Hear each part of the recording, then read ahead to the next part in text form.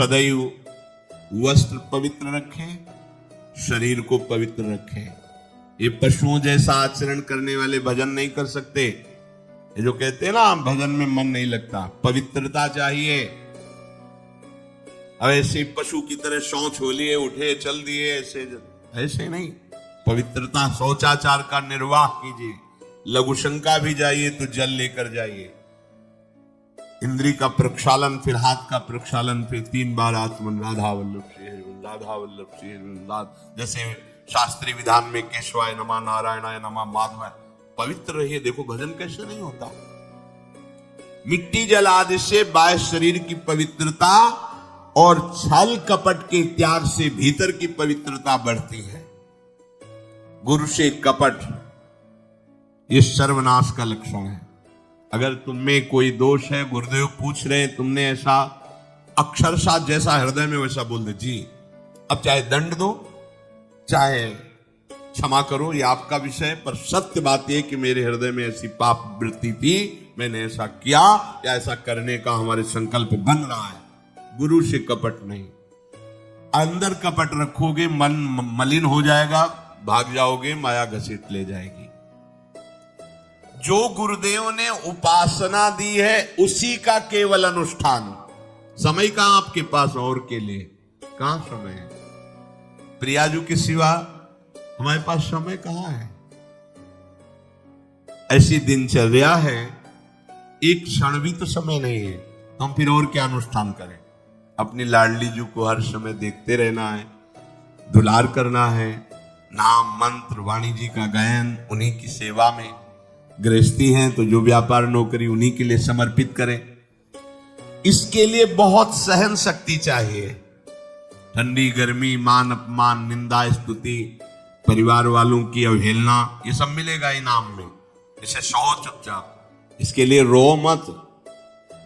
कैसे लोग हैं रो देते हैं, शरीर की प्रतिकूलता में रो देते हैं। अरे आंसू श्री जी के लिए, सिर्फ प्यार में रो श्री जी के, और सब दुख मुस्कुरा के सहना सीखो। मौनम, वाणी को बहुत संभालिए। नाम जप के लिए मौन बहुत आवश्यक है। अगर बार बार थोड़ी थोड़ी देर में बोलते रहेंगे तो एकाग्रता भंग होती रहेगी, नाम में मिठास नहीं अनुभव कर पाएंगे। कभी कभी ऐसा होता है ये जाम हो जाता है, बोलना भी चाहे तो नहीं बोल पाते क्यों, क्रम टूट जाएगा। शाम के समय जैसे किसी से मिलना जुलना नहीं, तो तभी लोग पूछते मौन हो क्या, तो फिर नहीं मौन नहीं, क्या बात, सारे समझ लो जो काम। चलो, क्योंकि अगर निरंतर मंत्राकार वृत्ति तो बोलने की भी हिम्मत नहीं रह जाती। पर वहां तक पहुंचने के लिए वाणी का मौन आवश्यक है। मौन का मतलब करना नहीं है, आवश्यक हो तो शब्द बोल दो, नहीं अधिकतर मौन रहने की चेष्टा करो। जो आपको मार्ग मिला है, कई बार वर्णन किया है कि सत्संग में जो शब्द आपको लगते हैं तो डायरी में लिखना चाहिए, या याद कर लो, बाद में लिख लेना जाके।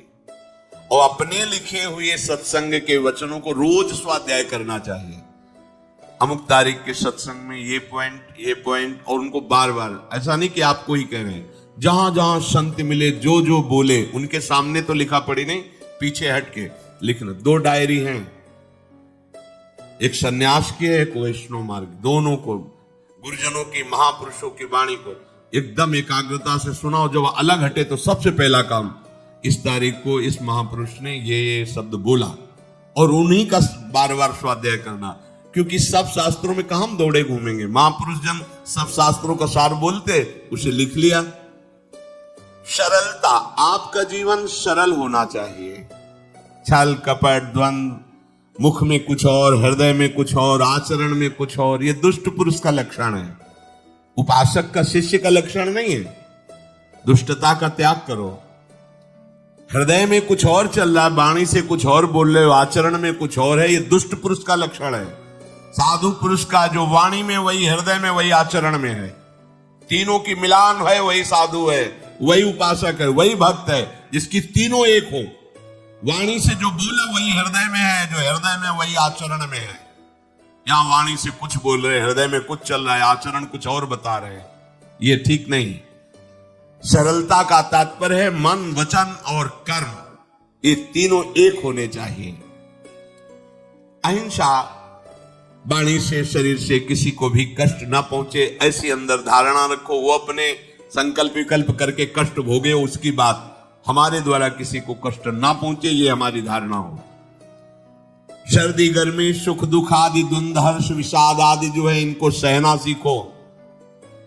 भगवान भी आदेश करते हैं, मात्रा स्पर्शास्तु कौन्तेय शीतोष्ण सुख दुखदा आगमा पायनो अनित्यास्तास्तितिक्षस्व भारत। जो इनको सह जाता है वही परम पदवी को प्राप्त होता है। थोड़ी सी गर्मी आहा, थोड़ी सी सर्दी आहा, पूरे जीवन गर्मी। पैर की त्वचा ऐसी हो गई थी कि बंबूल का कांटा टूट जाता था, घुसता नहीं था। जीवन में कभी पादुका ही नहीं, तो चमड़ी इतनी मोटी हो गई थी पैरों की।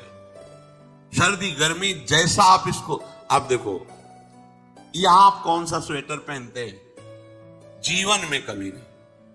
सर्दी में क्या होता है, यहां ये त्वचा नहीं, क्या हमें तो लगता है काफी सुकोमल अन्य अंगों से यहां की त्वचा है, कपोल, नासिका, नेत्र आदि। यहां क्या पहनते हो सर्दी में, क्या बिगड़ जाता है? क्योंकि अभ्यास है, गर्भ के बाद निकलने के बाद यहां कुछ ढका ही नहीं, यहां कुछ नहीं ढका, तो पूरे जीवन ढकने की जरूरत नहीं। और अगर पूरे अंगों में न ढका होता तो पूरे जीवन ढकने की जरूरत नहीं। जो जंगल में दिगंबर महापुरुष रहते थे गंगा के किनारे, कितने, तो उनको क्योंकि अभ्यास, और हमने अभ्यास किया कपड़े लत्ते का, तो अभ्यास, हमने अभ्यास किया एसी रूम का, अभ्यास किया गीजर से नहाने का, वो अभ्यास किया तीनों काल गंगा स्नान, वो अभ्यास। कुछ फर्क नहीं पड़ा इस जड़ शरीर में। इसको जैसे रखो, तो सहने का अभ्यास, यदि माया से मुक्त होना है तो सहने का अभ्यास रखो। ये जरा में बहुत गर्मी, ये नहीं उपासक, गर्मी ठीक है, शरीर का धर्म है, तो इंद्रिय में ताप लग रहा है, ठीक है, राधा राधा राधा।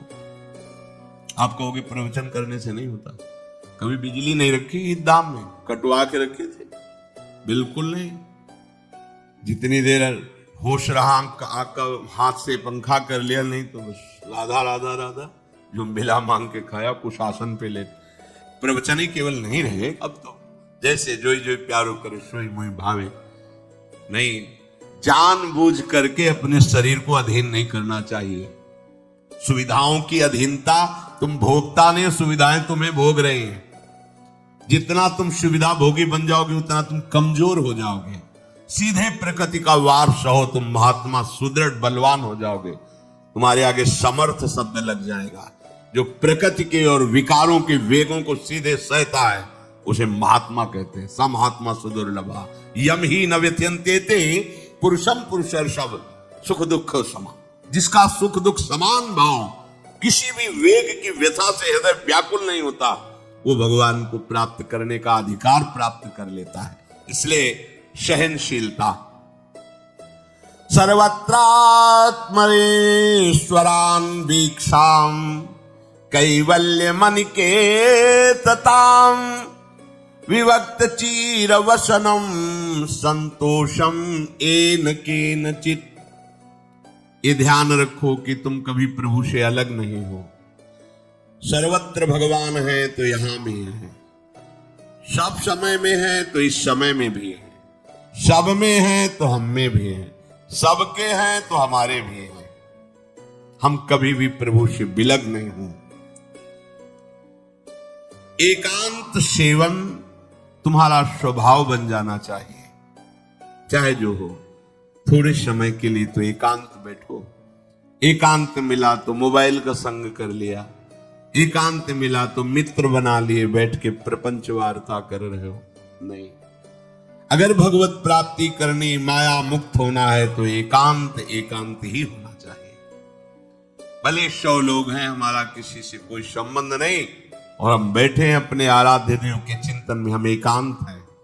और गुफा में बैठे हैं, शरीर एकांत है, मन से चिंतन संसार का हो रहा है, प्रपंच में है, एकांत में नहीं। एकांत शब्द का अर्थ समझना चाहिए। हम एकांत को सीधे गुफा या कहीं एकांत ऐसे, एकांत का अर्थ है एक के सिवा दूसरा कोई नहीं, अर्थात एकमात्र भगवत चिंतन में डूबा हुआ उपासक। बाजार में बैठा हुआ भी एकांत है, सभा में बैठा हुआ एकांत है, और प्रपंच का चिंतन करने वाला बंद कमरे में भी प्रपंची है, गुफा में भी प्रपंची है। जहां आप रह रहे हो उसे ये मेरा घर है ऐसी भावना का त्याग कर दे। अनिकेत ये भगवान का दिया हुआ वास स्थान है। कुछ समय के लिए इसमें शरीर निर्वाह कर रहे हैं, ये भी छूटेगा और ये भी छूटेगा। जैसे स्टेशन में बैठा आदमी आराम से, पर वो बैठा इंतजार कर रहा है कि कब हमारी गाड़ी आवे और उस पर हम यात्रा करें। बस ऐसा ही कुछ स्टेशन जैसा विश्राम है। कब मृत्यु आवे, शरीर छूटे, हम प्रिया प्रीतम को प्राप्त हो। ये न मेरा था, न मेरा है, न मेरा रहेगा। ये न मेरा था, न मेरा है, न मेरा रहेगा। गृहस्थ हो तो पवित्र वस्त्र पहने, और त्यागी हो तो जैसे मिल जाए भगवत कृपा से वैसे वस्त्र पहने। प्रारब्ध के अनुसार तुम्हें जैसी व्यवस्था मिली उसमें संतोष करना सीखो, मांग मत रखो। प्रभु की प्राप्ति के लिए खास बात ध्यान रखनी है, अपनी उपासना में दृढ़ श्रद्धा रखो और सर्वश्रेष्ठ भाव रखो, पर दूसरे किसी की भी निंदा न करो। अगर किसी की भी निंदा करोगे तो फिर माया तुम्हें मुक्त होने नहीं देगी। मन को, वाणी को, शरीर को संयम में रखो, अर्थात भगवत भजन, भगवत वार्ता और मौन। मन का संकल्प विकल्प रहित होना, विषयों का चिंतन न करना, प्रभु के रूप का, नाम का, धाम का, लीलाओं का चिंतन करना। शरीर का शास्त्र संयम से वर्ताव करना। अब माया मुक्त होते चले जाओगे। इनमें किसी में भी त्रुटि ना हो, सावधानी रखो। अपनी इंद्रियों को सावधान रखो, किसी के दोष न देखने पावे। कोई गलत चेष्टा देखेंगे तो ये भी गलत करने के लिए तैयार हो जाएंगे। हे राजन, श्रवणम कीर्तनम ध्यानम हरेरद्भुत कर्मणः जन्म कर्म गुणानां च तदर्थे अखिल चेष्टिता।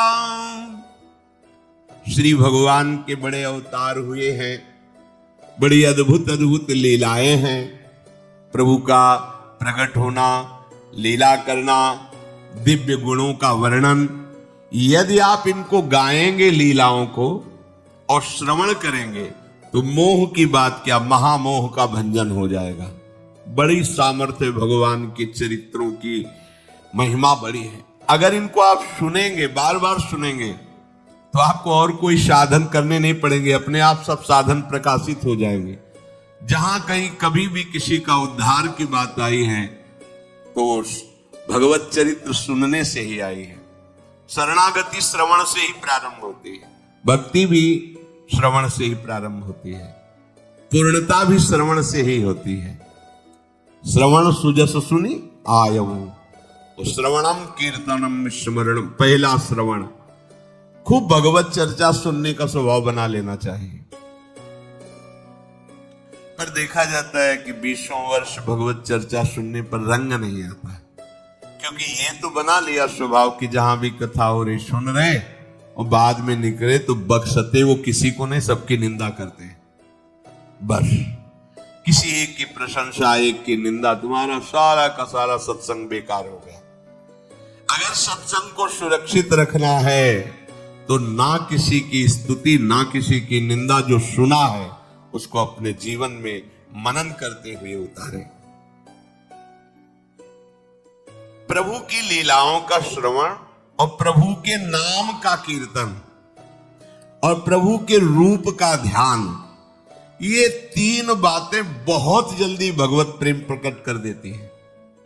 ये तीन बातें बहुत जल्दी भगवत प्रेम प्रकट कर देती हैं। प्रभु के अवतार लीला चरित्रों का खूब गायन करे, खूब श्रवण करे। भगवान की अवतार लीलाएं भी हैं और प्रभु की प्रेम में निकुंज लीलाएं भी हैं। तो अगर आपका निकुंज लीला में प्रवेश नहीं है तो प्रथम सुने भागवत, भक्त मुख भगवद वाणी, भगवान के अवतारों का, भगवान की अवतार लीलाओं का श्रीमद् भागवत में खूब बढ़िया वर्णन है। पढ़ो, सुनो, क्या होगा इससे? मोह का नाश हो जाएगा। दूसरी बात, नाम कीर्तन, ये तो महान अमृत है। बिल्कुल विश्वास कर लो, नाम कीर्तन अमृत है। ताली बजा के, मंजीरा बजा के, ढोल बजा करके, नाच करके, जैसे बने, अकेले चार लोग जैसे बने, नाम संकीर्तनम यस्य सर्व पाप प्रणाशनम। देखो, भगवत चर्चा ने महामोह का नाश कर दिया और भगवान नाम कीर्तन ने सब पापों का नाश कर दिया। नाम संकीर्तनम यस्य सर्व पाप, सर्व पीछे बीच में जो भी जमा संचित कृप सबको भस्म करने की सामर्थ्य नाम कीर्तन। ये जो राधा राधा आप बोलते, बहुत अमृत है, बहुत अमृत। और प्रभु के रूप का ध्यान, ये तीन बातें बहुत जल्दी माया मुक्त कर देंगी, आपको भगवत प्राप्ति करा देंगी। प्रभु के रूप के ध्यान के लिए ही दिव्य श्यामा श्याम ने बिहारी जी का रूप धारण किया। ये किसी मूर्तिकार की रचना नहीं है। श्री राधा रमन जी सरकार, राधा वल्लभ लाल जी महाराज, श्री बाके बिहारी लाल जी महाराज, ये साक्षात प्रगट ठाकुर है। प्रिया प्रीतम हमारी दृष्टि में सामर्थ्य नहीं कि देख सके, वो तो हरिवंश नेत्रों से देखे जाते हैं। निकष कुंज ठाड़े भये भुजा परस्पर अंश, श्री राधा वल्लभ मुख कमल निरख नयन हरिवंश। हरिवंश नेत्र प्रकट हो जाएंगे। आश्रित जन हो, चिंता की बात नहीं, पर ये जो रूप प्रकट है इसके ध्यान में तो तुम्हें कोई श्रम नहीं करना। बिहारी जी महाराज, राधा वल्लभ जी महाराज, राधा रमन जी महाराज, धर नेत्र देखो और अपने नेत्र के कैमरा से खींच लो फोटो। अब आप फिर इधर देखो, उधर वैसे ही खड़े नजर आ रहे, वैसे मुस्कुराते हुए दिखाई दे हर समय। और ये आदेश कर रहे हैं हरिवंश महाप्रभु, सपशोहित निष्कामति श्री वृंदावन विश्राम, श्री राधा वल्लभ लाल को हृदय ध्यान मुख नाम। राधा वल्लभ लाल का ध्यान करो और राधा वल्लभ श्री हरिवंश बोलो तो तुम्हारी मति निष्काम हो जाएगी, तुम्हें अखंड वृंदावन वास मिल जाएगा। प्यारे जो तुम्हें प्यारे लगने लगेंगे। ये तीन बातें आपको निश्चित भगवत प्राप्ति करा देंगे। इष्टम दत्तम तपोजप्तम वृत्तम यच्चात्मनः प्रियम, दारान श्रुतान गृहान प्राणान यत् परस्मै निवेदनम। जो भी तुम्हारे द्वारा यज्ञ दान तप अथवा जप सदाचार, ये सब प्रभु को अर्पित कर दो, अविनाशी हो जाएगा। प्रभु को अर्पित कर दो जो भी तुम्हारे द्वारा होता है। हे प्रियालाल, आपकी प्रसन्नता के लिए फिर दोबारा कह रहे हैं, स्त्री पुत्र घर जीवन और अपने प्राणों का मोह त्याग करके, प्राणों का मोह त्याग कर। यहां पूरा समाज वैसे ही सब बैठा है हृदय में। देखो, जिस मार्ग में चलना उसे समझो। अंदर से केवल प्रिया प्रीतम में ही हमारी अहमता ममता होनी चाहिए। प्रभु सच्चिदानंद श्री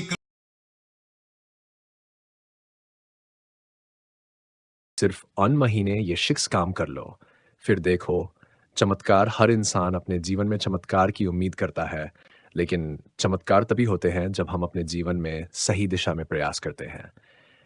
यदि आप अपने जीवन में सकारात्मक बदलाव लाना चाहते हैं तो अगले 1 महीने तक ये 6 काम लगातार करें। ये न केवल आपके जीवन में बदलाव लाएंगे, बल्कि आपको सफलता, शांति और संतोष भी प्रदान करेंगे। प्रत्येक दिन सुबह जल्दी उठें। सुबह जल्दी उठना न केवल आपके स्वास्थ्य के लिए फायदेमंद है, बल्कि ये मानसिक शांति भी प्रदान करता है। लाभ दिन भर ऊर्जा बनी रहे, निर्णय लेने की क्षमता बेहतर होती है, आपके पास खुद के लिए अधिक समय होता है। क्या करें? सुबह 5 बजे का अलार्म लगाएं, रात को जल्दी सोने की आदत डालें, उठने के बाद सबसे पहले कुछ मिनट मेडिटेशन या प्राणायाम करें। प्रतिदिन 10 मिनट मेडिटेशन करें। मेडिटेशन आपको मानसिक शांति और आत्मसंयम प्रदान करता है। यह आपकी सोच को सकारात्मक बनाता है। लाभ: तनाव कम होता है, मनोबल बढ़ता है, ध्यान केंद्रित करने की क्षमता बढ़ती है। क्या करें? एक शांत जगह पर बैठें, अपनी सांसों पर ध्यान के दौरान सकारात्मक ऊर्जा का अनुभव करें। सकारात्मक सोच का अभ्यास करें। आपकी सोच आपके जीवन को आकार देती है। अगर आपकी सोच सकारात्मक होगी तो जीवन में सफलता अवश्य मिलेगी। लाभ: मुश्किल परिस्थितियों का सामना करने की क्षमता बढ़ती है, संबंध बेहतर होते हैं, सफलता के अवसर बढ़ते हैं। क्या करें? नकारात्मक शब्दों से बचें। हर परिस्थिति में कुछ अच्छा खोजने की आदत डालें। प्रेरणादायक पुस्तकें पढ़ें।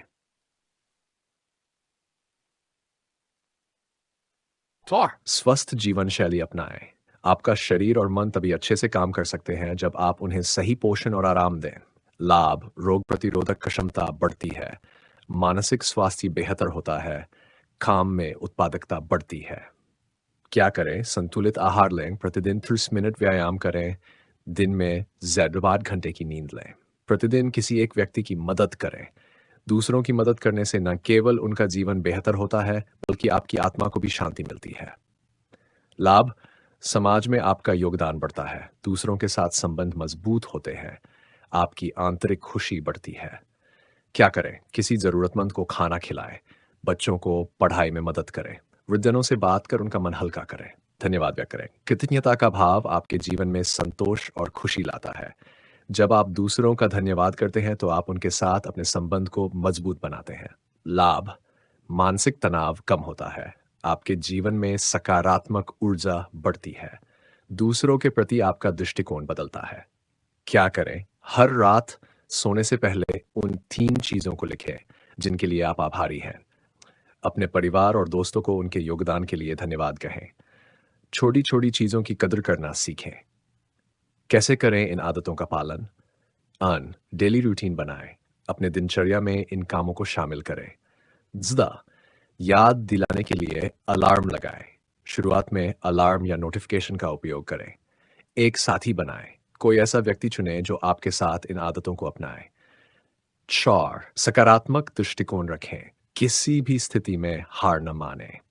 नतीजे कब दिखेंगे? इन आदतों का पालन करने से आपको महीने के भीतर मानसिक शांति का अनुभव होगा, जीवन के प्रति उत्साह बढ़ेगा, सकारात्मक बदलाव स्पष्ट दिखने लगेंगे। निष्कर्ष: जीवन में चमत्कार अचानक नहीं होते, वे हमारे छोटे छोटे कदमों और सकारात्मक आदतों से बनते हैं। अगले N महीने तक ये 6 काम लगातार करें और देखिए कैसे आपका जीवन खुशहाल और सफल बनता है। ये बदलाव न केवल आपको बेहतर इंसान बनाएगा, बल्कि आपके आसपास के लोगों पर भी सकारात्मक प्रभाव डालेगा। अब उठिए, तय कीजिए और अपने जीवन का चमत्कार खुद बनिए।